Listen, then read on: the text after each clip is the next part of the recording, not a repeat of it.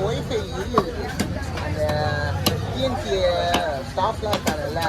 அவங்க கனெக்ட் பண்ணி வச்சுக்கிறாங்க ஒய்ஃபை அவங்ககிட்ட இருந்து வாங்குறாங்க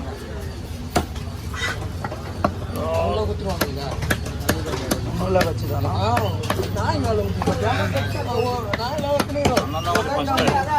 நான் என்ன பண்ணுச்சு நான் ஓடி வேலை அங்கே எப்படி வந்து அங்கே எப்படி வந்தது கழுகு கழுகு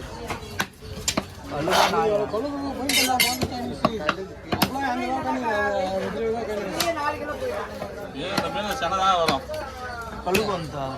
கழுகு இல்லை பதான் நினைக்கிறேன்